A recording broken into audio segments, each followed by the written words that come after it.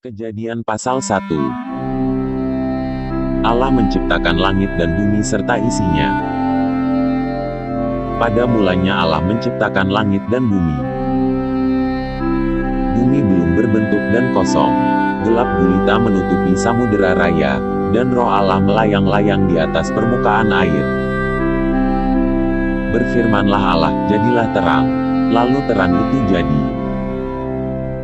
Allah melihat bahwa terang itu baik, lalu dipisahkannyalah terang itu dari gelap. Dan Allah menamai terang itu siang, dan gelap itu malam. Jadilah petang dan jadilah pagi, itulah hari pertama. Berfirmanlah Allah, jadilah cakrawala di tengah segala air untuk memisahkan air dari air.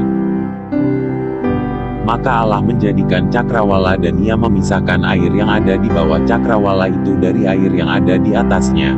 Dan jadilah demikian. Lalu Allah menamai cakrawala itu langit. Jadilah petang dan jadilah pagi, itulah hari kedua. Berfirmanlah Allah, hendaklah segala air yang di bawah langit berkumpul pada satu tempat, sehingga kelihatan yang kering. Dan jadilah demikian. Lalu Allah menamai yang kering itu darat, dan kumpulan air itu dinamainya laut. Allah melihat bahwa semuanya itu baik. Berfirmanlah Allah, hendaklah tanah menumbuhkan tunas-tunas muda, tumbuh-tumbuhan yang berbiji, segala jenis pohon buah-buahan yang menghasilkan buah yang berbiji, supaya ada tumbuh-tumbuhan di bumi. Dan jadilah demikian. Tanah itu menumbuhkan tunas-tunas muda, segala jenis tumbuh-tumbuhan yang berbiji dan segala jenis pohon-pohonan yang menghasilkan buah yang berbiji. Allah melihat bahwa semuanya itu baik.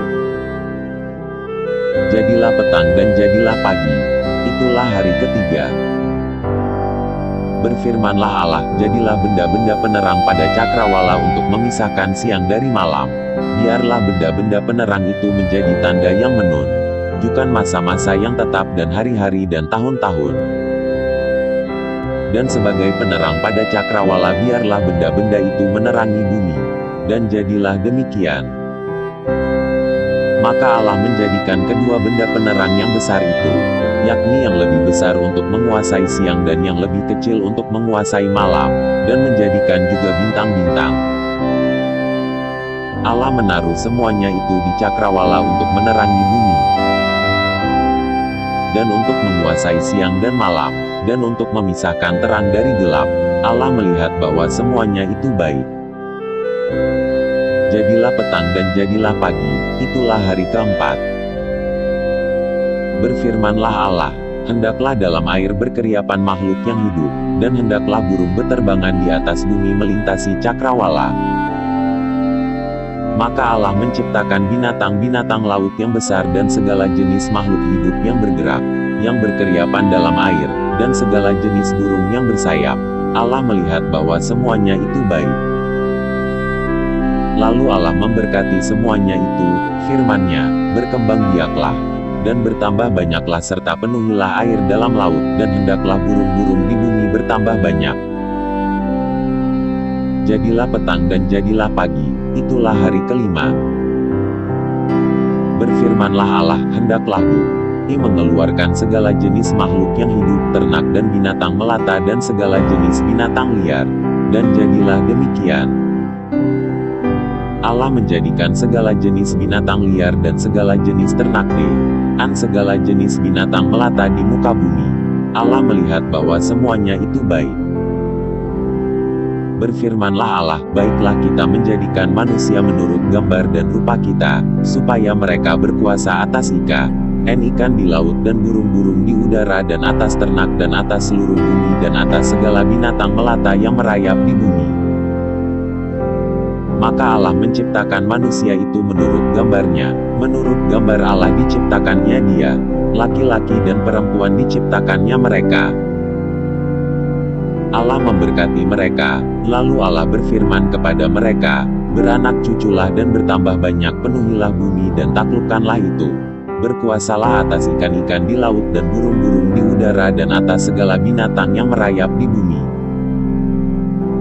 Berfirmanlah Allah, lihatlah, aku memberikan kepadamu segala tumbuh-tumbuhan Tuhan yang berbiji di seluruh bumi dan segala pohon-pohonan yang buahnya berbiji, itulah akan menjadi makananmu. Tapi kepada segala binatang di bumi dan segala burung di udara dan segala yang merayap di bumi, yang bernyawa, kuberikan segala tumbuh-tumbuhan hijau menjadi makanannya. Dan jadilah demikian. Maka Allah melihat segala yang dijadikannya itu, sungguh amat baik. Jadilah petang dan jadilah pagi, itulah hari ke-6.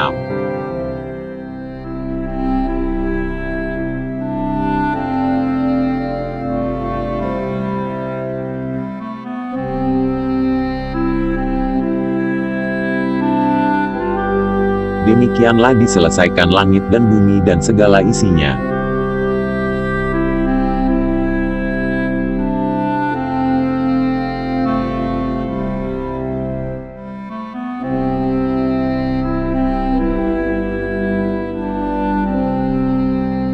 Ketika Allah pada hari ke-7 telah menyelesaikan pekerjaan yang dibuatnya itu, berhentilah ia pada hari ke-7 dari segala pekerjaan yang telah dibuatnya itu.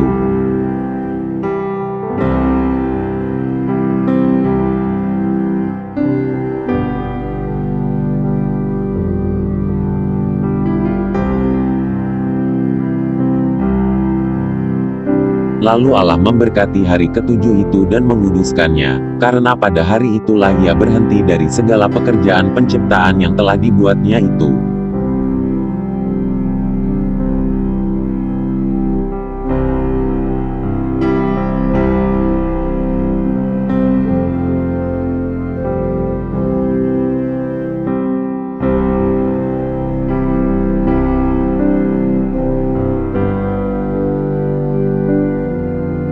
Demikianlah riwayat langit dan bumi pada waktu diciptakan. Sekarang ini. Dan ke-11 murid itu berangkat ke Galilea, ke bukit yang telah ditunjukkan Yesus kepada mereka. Ketika melihat Dia, mereka menyembahnya, tetapi beberapa orang ragu-ragu. Yesus mendekati mereka dan berkata, "Kepadaku telah diberikan segala kuasa di sorga dan di bumi. Karena itu pergilah, jadikanlah semua bangsa muridku, dan baptislah mereka dalam nama Bapa dan Anak dan Roh Kudus. Dan ajarlah mereka melakukan segala sesuatu yang telah kuperintahkan kepadamu. Dan ketahuilah, aku menyertai kamu senantiasa sampai kepada akhir zaman."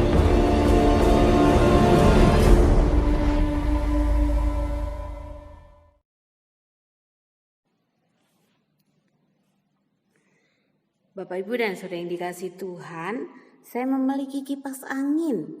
Bila posisi off, saya melihat ada 3 helai kipasnya yang bila berputar kita hanya akan melihat satu beserta dengan suara dan angin yang dihasilkan. Mari kita lihat gambar di samping saya.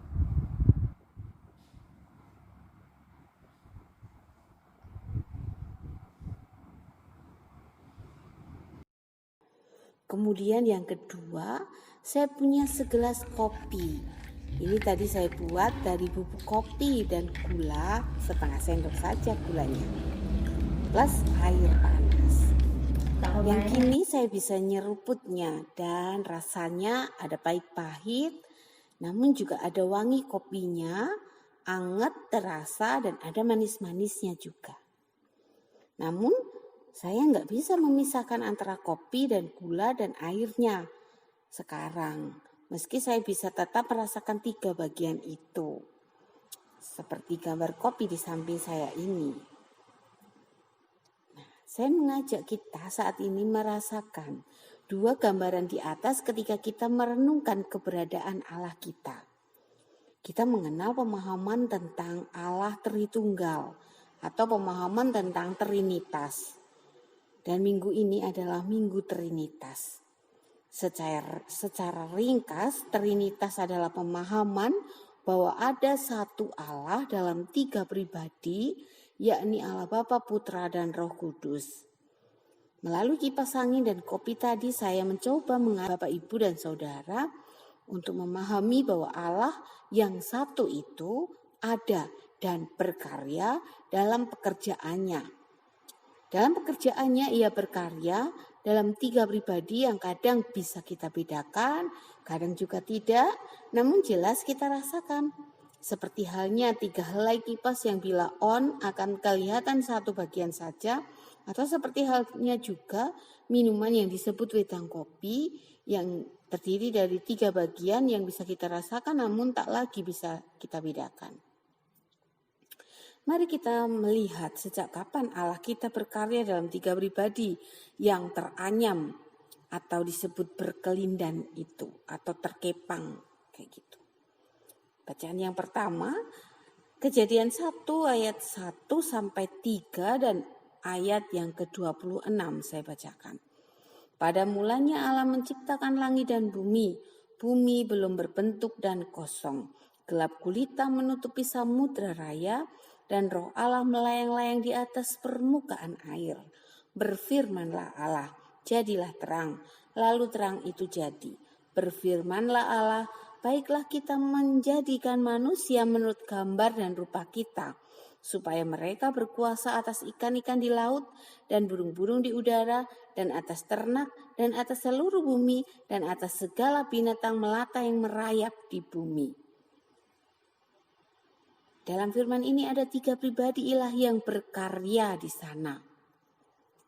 Allah pencipta, Roh Kudus yang digambarkan melayang-layang di atas permukaan air, dan firman yang kita tahu dari Injil Yohanes mengenai hal itu. Yohanes 1 ayat 1 sampai 3 dan ayat yang ke-14 saya bacakan. Pada mulanya adalah firman. Firman itu bersama-sama dengan Allah dan firman itu adalah Allah. Ia pada mulanya bersama-sama dengan Allah. Segala sesuatu diciptakan oleh Dia. Dan tanpa Dia tidak ada sesuatu pun yang telah jadi dari segala yang telah dijadikan. Firman itu telah menjadi manusia dan diam di antara kita. Dan kita telah melihat kemuliaannya, yaitu kemuliaan yang diberikan kepadanya sebagai anak tunggal Bapa, penuh kasih karunia dan kebenaran. Lalu, sampai kapankah ia bekerja demikian itu? Sampai sekarang masih. Pekerjaannya itu teranyam dalam kehidupan kita dan kita diajaknya turut serta. Lalu bagaimana? Kejadian 1 ayat yang ke-28. Allah memberkati mereka. Lalu Allah berfirman kepada mereka, beranak cuculah dan bertambah banyak, penuhilah bumi dan taklukkanlah itu, berkuasalah atas ikan-ikan di laut dan burung-burung di udara dan atas segala binatang yang merayap di bumi. Mari kita lihat panggilan ini dalam sebuah potongan video. Kita lihat bersama. Plastik. Plastik saat ini digunakan di seluruh dunia. Sifatnya yang ringan, kuat, dan murah menjadikan plastik dapat diolah menjadi berbagai macam hal. Per tahun 2015, penggunaan plastik di seluruh dunia mencapai 322 juta ton. Dan dari sekian banyaknya plastik yang digunakan, ada sekitar 43%-nya menjadi sampah.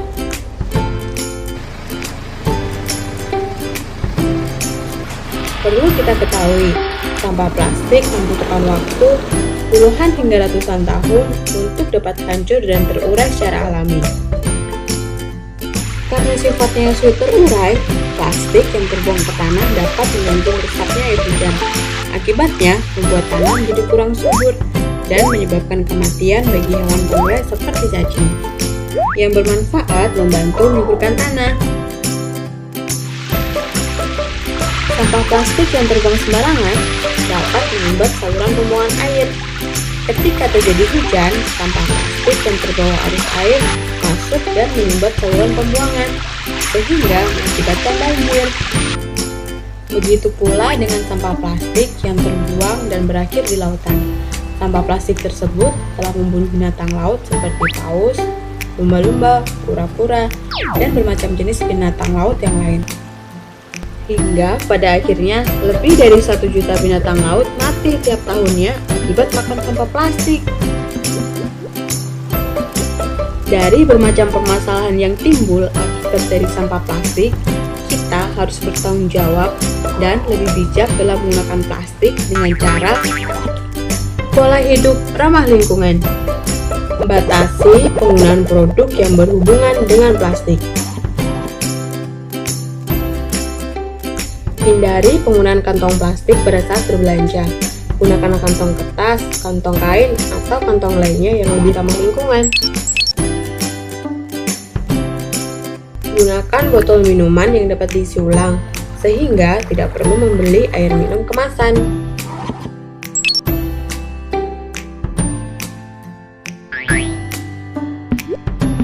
Sediakan tempat sampah organik dan anorganik di rumah dan lingkungan sekitar kalian. Biasakan membuang sampah pada tempatnya sesuai dengan jenis sampah yang dibuang, sehingga sampah plastik yang dibuang dapat dengan mudah dipilah sesuai dengan jenisnya dan kemudian didaur ulang untuk diolah menjadi produk yang bermanfaat. Peduli sampah plastik berarti peduli terhadap lingkungan. Peduli terhadap lingkungan berarti peduli terhadap kehidupan kita dan kehidupan generasi kita di masa depan.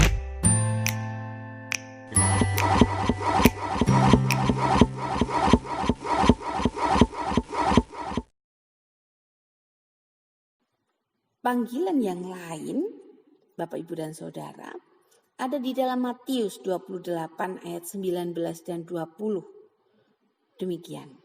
Karena itu pergilah, jadikanlah semua bangsa muridku, dan baptislah mereka dalam nama Bapa dan Anak dan Roh Kudus.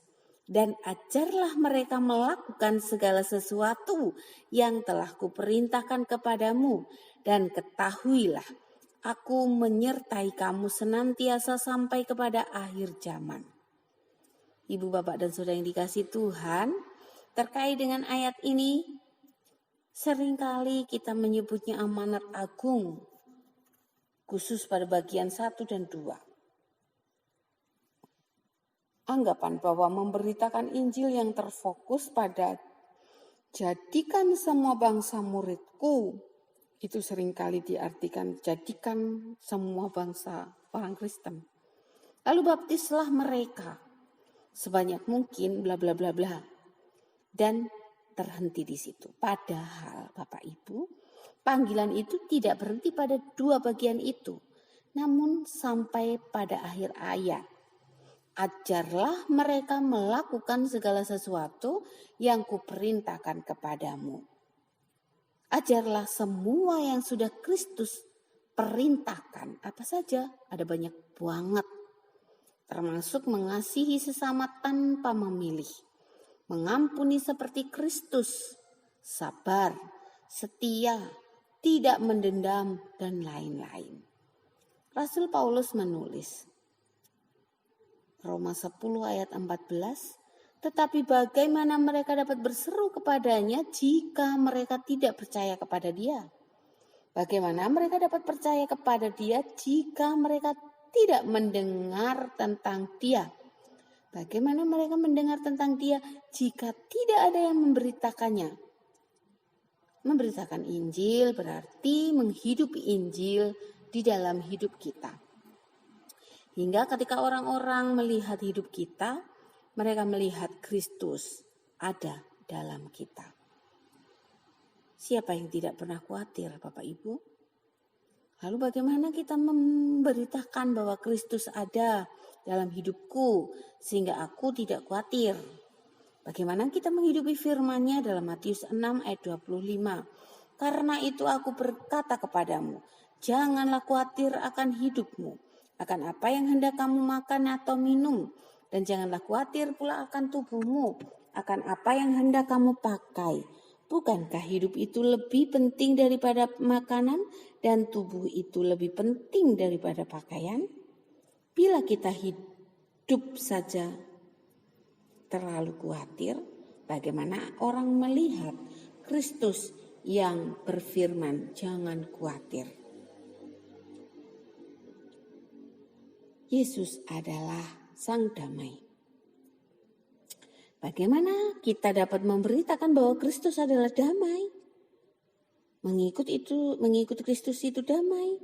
Hidup dalam Kristus itu damai.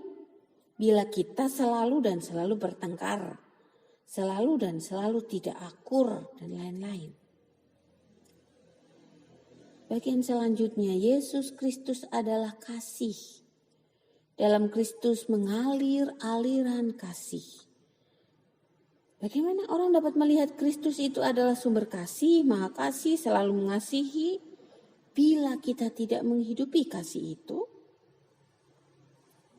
1 Yohanes 4 ayat 8. Barang siapa tidak mengasihi, ia tidak mengenal Allah, sebab Allah adalah kasih.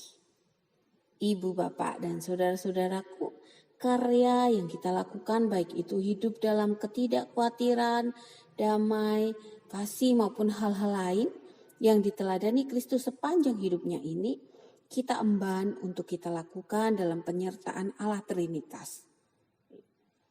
Kok bisa ya? Iya. Sebab Allah berkarya dalam anyaman pribadi-pribadi yang kita kenal itu. Saat kita khawatir lalu menjadi tidak khawatir, itu karena Allah menciptakan kedamaian muncul dalam hati kita. Karena firman Allah yang kita kenal melalui Alkitab, melalui teladan Kristus Sang Logos atau Sang Firman yang sejati. Dan juga melalui Roh Kudus yang tinggal dalam sanubari kita. Dalam satu hal, mungkin kita dapat menyebutkan pribadi mana yang menolong kita. Namun kita takkan mungkin memisahkannya. Hal terakhir yang menjadi PR kita adalah tentang berita yang beredar yang mungkin Bapak, Ibu, dan saudara-saudaraku saksikan akhir-akhir ini. Tentang seorang pria. Mari kita saksikan bersama tayangan. Tentang seorang bernama Josh. So saat ini dunia, terutama Amerika, sedang digegerkan dengan protes masyarakat atas isu rasisme dan brutalitas polisi, khususnya pada orang-orang kulit hitam. Tapi memang isu police brutality atau brutalitas polisi di Amerika itu adalah isu yang sudah lama panas. Tapi kerusuhan yang sekarang sedang terjadi ini dipicu oleh meninggalnya seorang pria berkulit hitam bernama George Floyd di Minneapolis, Amerika Serikat. Nah, George Floyd ini adalah seorang laki-laki berumur 46 tahun yang baru saja sebenarnya kehilangan pekerjaannya sebagai bouncer di restoran karena adanya pandemi COVID-19. Nah, memang George Floyd ini sebenarnya memiliki rekam jejak kriminal sebelum dia pindah dari Houston ke Minneapolis, tapi pada saat dia ditangkap, polisi tidak mungkin mengetahui rekam jejak tersebut. Jadi basis dari penangkapannya dipercaya sebagai pure racial profiling. Kasarnya dia ditangkap dan diperlakukan dengan caranya diperlakukan karena rasnya dia. Nah, buat kalian yang penasaran sebenarnya apa yang terjadi sama George Floyd pada hari itu, aku akan mencoba untuk menjelaskan kronologinya secara singkat. Jadi pada 25 Mei tahun 2020 malam, George Floyd itu memarkir mobilnya di seberang sebuah minimarket untuk membeli sebungkus rokok. Kemudian pada jam 19.57, dua karyawannya toko Cup Foods tadi mendatangi mobilnya George karena mereka menerima uang $20 palsu dari George saat dia membayar rokoknya. Dua karyawan ini juga meminta George untuk mengembalikan rokok yang dia beli, tapi George-nya nggak mau karena dia merasa dia udah bayar. Karyawan tersebut menelpon 911 bahwa George ini tidak bisa dikendalikan, dia mabuk, dan polisi pun datang ke TKP. Please don't come close to me. Please call the cops. Please call the cops. I'm gonna tell them there's an African-American man threatening my life. Please tell them whatever you like. I'm sorry, I can't hear you either. I'm being threatened by a man in the Ramble. Please send the cops immediately. Saat polisi datang, George ini sedang duduk di mobilnya. Nah, entah kenapa, Pak Polisi Thomas Lane ini tiba-tiba mengeluarkan senjatanya saat itu dan menarik paksa George keluar dari mobilnya dan langsung memborgolnya. Nah, dari video-video yang ada dan tersebar di internet, George kelihatan sangat tenang dan sama sekali tidak berontak ketika diborgol. Polisi lalu mencoba membawanya masuk ke dalam mobil polisi, tapi George menolak karena George mengaku bahwa dia dia itu claustrophobic. Dia memiliki fobia atas ruang sempit. Perdebatan pun terjadi sampai akhirnya Pak Polisi Derek Chauvin menarik George sampai terjatuh ke aspal. Dari saat itu, Officer Thomas Lane, Derek Chauvin, dan J. Alexander Kueng menindih George di bagian leher, dada, dan betisnya. George berkali-kali mengatakan bahwa dia tidak bisa bernapas. In fact, ini adalah kata-kata yang George katakan. I will. Get up, get in the car. I can't move. I've been waiting the whole time, man. I can't breathe, officer. Namun, Chauvin tetap menindih lehernya George menggunakan lututnya sampai George kehilangan kesadaran diri dan meninggal dunia. Saudaraku yang terkasih dalam Tuhan Yesus, sebagaimana manusia Kristen yang diajak berkarya bersama Allah, menjadi kaki tangan Allah di dunia ini, bagaimana kita hendak bersikap? Mari menjadi kaki tangan Allah yang terus berkarya dalam hidup kita secara nyata, dalam kehidupan sehari-hari, dari hal yang paling kecil, dari penggunaan, meminimalkan penggunaan plastik, air minum kemasan, tas kresek, sampai kemudian bagaimana kita tidak membeda-bedakan orang lain berdasarkan suku, agama, ras, dan golongan serta yang lainnya. Tuhan Yesus memberkati kita, menyertai kita sepanjang kehidupan kita saat ini hingga selamanya. Amin. Mari kita berdoa.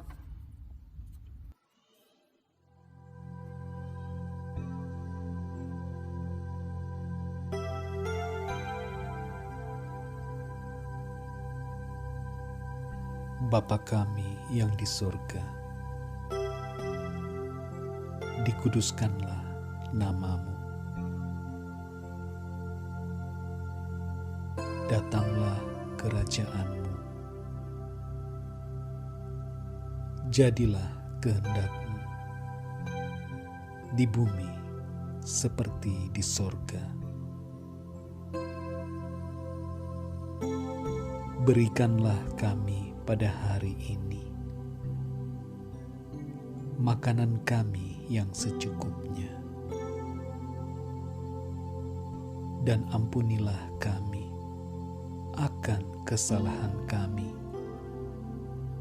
seperti kami juga mengampuni orang yang bersalah kepada kami. Dan janganlah membawa kami ke dalam pencobaan,